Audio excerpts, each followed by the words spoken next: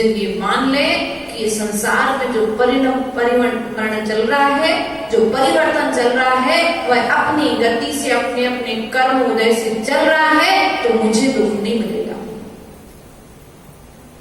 दुख का कारण परिणाम, दुख का कारण राग द्वेष रूप जो वस्तुओं में तुम्हारे परिणाम बन रहे हैं, वे परिणाम आपके लिए दुख का कारण है, अर्थात संसार का कारण है। जहां जहां पर दुख है वहां पर संसार है। अब मोक्ष मार्ग में दुख है क्या? साधुओं के पास बहुत सुख है। आप इतने सुखी कैसे रह लेते हो? प्रश्न करते हैं साधुओं के पास जाकर के श्रावक। महाराज हमारे पास इतनी संपत्ति, इतना वैभव है, सब कुछ होने के बाद भी मेरे पास में सुख नहीं है। क्यों? सुख का कारण मैंने किंचित मात्र वस्तु से राग नहीं किया था, तो उसे अपना नहीं माना है। सुख का कारण ममत्व का त्याग, पर वस्तु से राग का त्याग कर देना ही अकिंचन है। लेकिन हमारी स्थिति क्या है? वस्तु हमारे पास नहीं है, लेकिन फिर भी वस्तु में राग।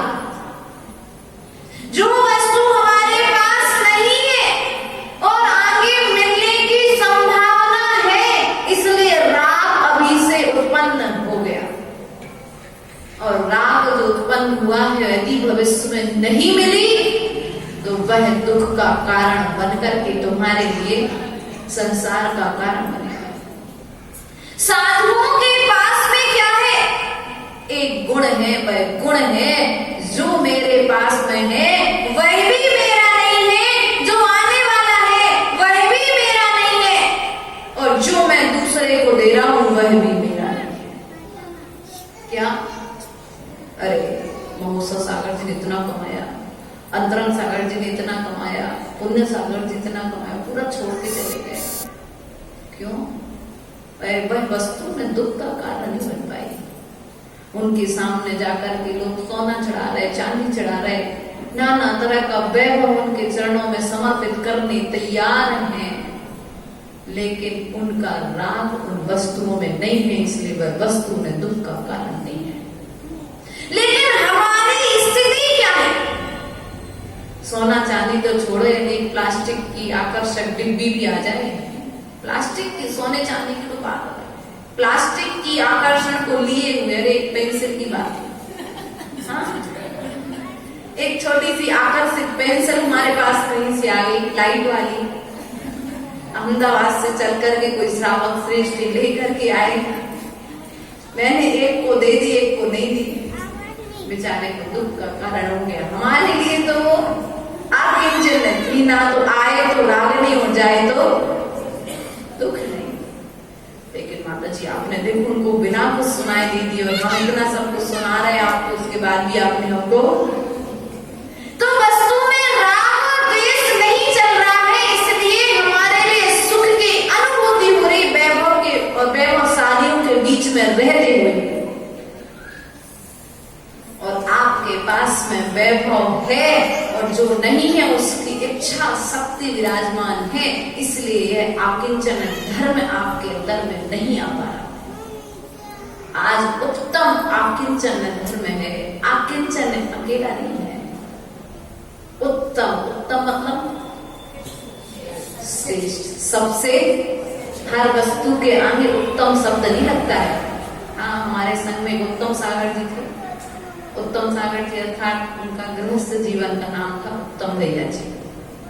उन उत्तम की बात नहीं कर रहे, भले उनके गुण बिल्कुल मतलब कहने के लिए तो मुनिराज बन गए थे, नाम के उत्तम बहुत है, लेकिन यहाँ पर गुणों के आगे उत्तम लगाया गया है। जो दुनिया में कहीं नहीं मिलेगा, कभी नहीं मिलेगा, वह धर्म आज यहाँ पर आया है। और जब आकिंचन धर्म आ जाएगा, तब जाकर के कभी ब्रह्म अर्थात आत्मा, चर्य मतलब आचरण, आत्मा का आचरण करना ही ब्रह्मचर्य आएगा। ब्रह्मचर्य जब तक नहीं आ सकता, जब तक आकिंचन नहीं आएगा,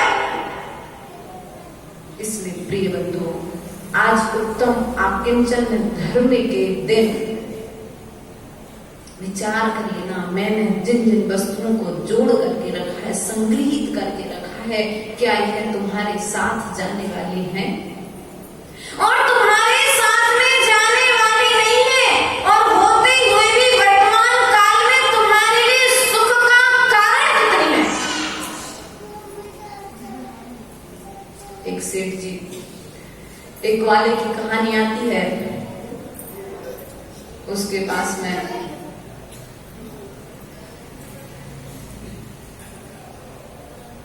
एक गाय आई।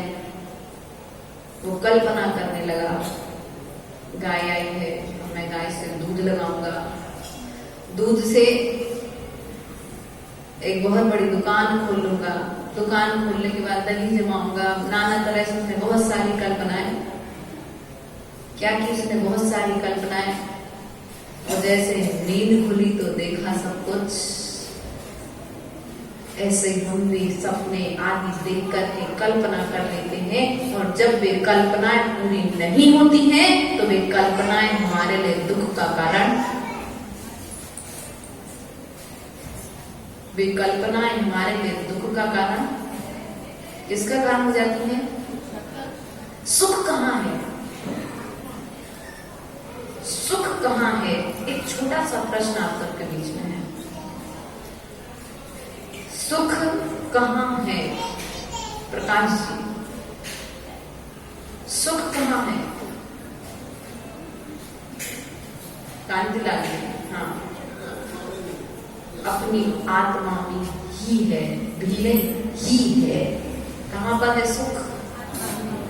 सुख कहीं बाहर में नहीं है, बस खोजने की आवश्यकता है। और खोजने के लिए आवश्यकता किसकी है? उस सुख को प्रकट करने के लिए पहले नंबर आकिंचन को लाना पड़ेगा, तब तुम्हारे लिए सुख प्रकट हो जाएगा। हम सुख चाहते हैं, शांति चाहते हैं, समृद्धि चाहते हैं, लेकिन आचार्य भगवान कहते हैं आकिंचन को लेकर के आओ, तुम्हारे लिए सुख की प्राप्ति हो जाएगी। साधु के पास सुख है, तीर्थंकरों के पास में सुख था। क्यों? वैभव में कोई कमी थी नहीं थी, लेकिन फिर भी सुखी थे। पंडित जी साहब, तीर्थंकरों के पास वैभव में कोई कमी नहीं थी। सोने की लंका रावण के पास में थी, लेकिन एक आसक्ति भाव, एक भाव, मान, रूप को देख करके पकड़ करके ले तो गया, लेकिन नियम था। क्या था? नियम था कि जो स्त्री मुझे नहीं चाहेगी, मैं उस स्त्री को बिना इच्छा के स्पर्श भी। सीता को ले तो गया, लेकिन उसके साथ में गलत कार्य नहीं किया। कुछ भी ना करने के पश्चात वह रावण नरक गति को प्राप्त हुआ। कर्म तो सामने में दिख रहा था, पूर्व जन्म का कोई कर्म उदय में आया था। आगे भविष्य में वही जीव तीर्थंकर होने वाला है। यदि थोड़ा मान को कम कर लेता, थोड़े से राग को कम कर लेता, तो उसी भाव से मोक्ष चला जाता। लेकिन उसका नियोग ही ऐसा था। नारायण और प्रतिनारायण वाले जो स्थिति बताते हैं, जिसका मरण उसी प्रकार से होता, निश्चित ही वह नरक जाता है। नारायण जी, ये बताइए, आज उत्तम आकिंचन धर्म है। यह उत्तम आकिंचन धर्म हमारे लिए प्रत्येक वस्तु से वैराग्य पूर्वक रहने की कथा यहाँ पर कह रहा है। रहो, सबके बीच में रहो, सबके साथ में रहो, लेकिन रागी होकर के नहीं, वैरागी होकर के रहो। संभव है? हाँ, संभव है। भरत चक्रवर्ती रहे। भरत चक्रवर्ती थे, 6 खंड के स्वामी थे, रहे कि नहीं रहे, और जाकर के आगे मोक्षगामी हुए। इसलिए प्रिय बंधु, यदि तुम चाहते हो कि आप भी मोक्षगामी हो, रावण ने बाद में छोड़ा, हम पहले छोड़ देंगे। तुम्हें वस्तु छोड़ करके जाएंगे, उसके पहले तुम वस्तु को छोड़ दो, तब महानता है कि कोई तुमसे छुड़ा ले जाए, तब महानता है। भैया बच्चों को कम करो, बस यही तो राग की दशा है हमारी। अनादिकाल से इन्हीं कारण से तो हम भटकते आ रहे संसार में।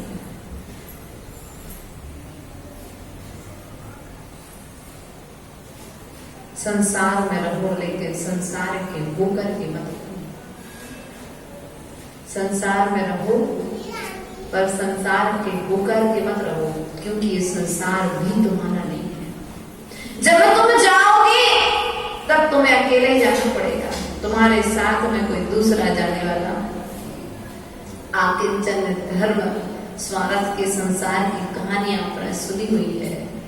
सब स्वार्थ के संबंधी हैं। जब तक तुम्हारा जेब भारी है तब तक सबसे तुम्हारे संबंध हैं। तुम्हारी जेब खाली, सब संबंधी बुराई हो जाएगी, सबके रिश्तेदार आएंगे। भैया आज आकिंचन है, हम तो आकिंचन की बात करते हैं। तुम्हारे साथ यदि कोई जाएगा तो वह तुम्हारा प्रेम व्यवहार ही तुम्हारे साथ जाएगा। किससे प्रेम? अपनी आत्मा से प्रेम। माता जी, आप किसी को चाहते हो? हाँ चाहते हैं। किसको? अपनी आत्मा। किसको चाहते? अपनी आत्मा से ज्यादा किसी को नहीं चाहते। क्यों? दुनिया से प्रीति लगाई है, इसलिए संसार में आज तक भटक रहे हैं। उस राग की, उस प्रीति की परंपरा को तोड़ने का समय आया है। आज आकिंचन धर्म के दिन, जिसके दिन किंचित मात्र वस्तु भी तुम्हारी नहीं है। दलबल देवी देवता माता पिता परिवार मरती क्रिया। क्या बात है यार, तो बिल्कुल कंठस्थ है। आप बोलो तो एक लाइन पूरा हम कर देंगे। हाँ, जहां देह अपनी नहीं तहां अपना घर संपत्ति पर। यही तो आकिंचन है, ज्यादा कुछ नहीं है। आकिंचन बड़ा भारी कुछ नहीं है। मात्र यही भावना मन में आ जाए कि जहां मेरी देह मेरी नहीं है, वहां पर वस्तु मेरी कैसी हो सकती है। सौधर में तो जवधियां लगा के बताया है, ऐसा कच्चा मसला नहीं हमारे सौधर में। आकिंचन धर्म है। क्या कह रहा है? ये देह जिसे तुम दिन रात खिलाने में, नहलाने में, पिलाने में, पहनाने में, श्रृंगार करने में लगे हुए हुए देह भी तुम्हारे साथ में जाने वाली नहीं है। तो फिर किससे राग करते हो? किससे राग करते हो? किससे द्वेष करते हो? आचार्य भगवान कहते हैं जितने जितने तुम्हारे अंदर अवगुण हैं, उन अवगुणों से द्वेष कर लो। तो तुम्हारी आत्मा में जितने जितने गुण हैं उनसे प्रेम कर लो, तो परमात्मा बनने में समय नहीं लगेगा। आकिंचन धर्म को प्रकट होने में समय नहीं लगेगा। इसी भावना के साथ बोले पार्श्वनाथ भगवान की, महावीर भगवान की, आदिनाथ भगवान की, परम पूज्य आचार्य गुरुवरेश्वर विभू सागर जी महाराज जी की।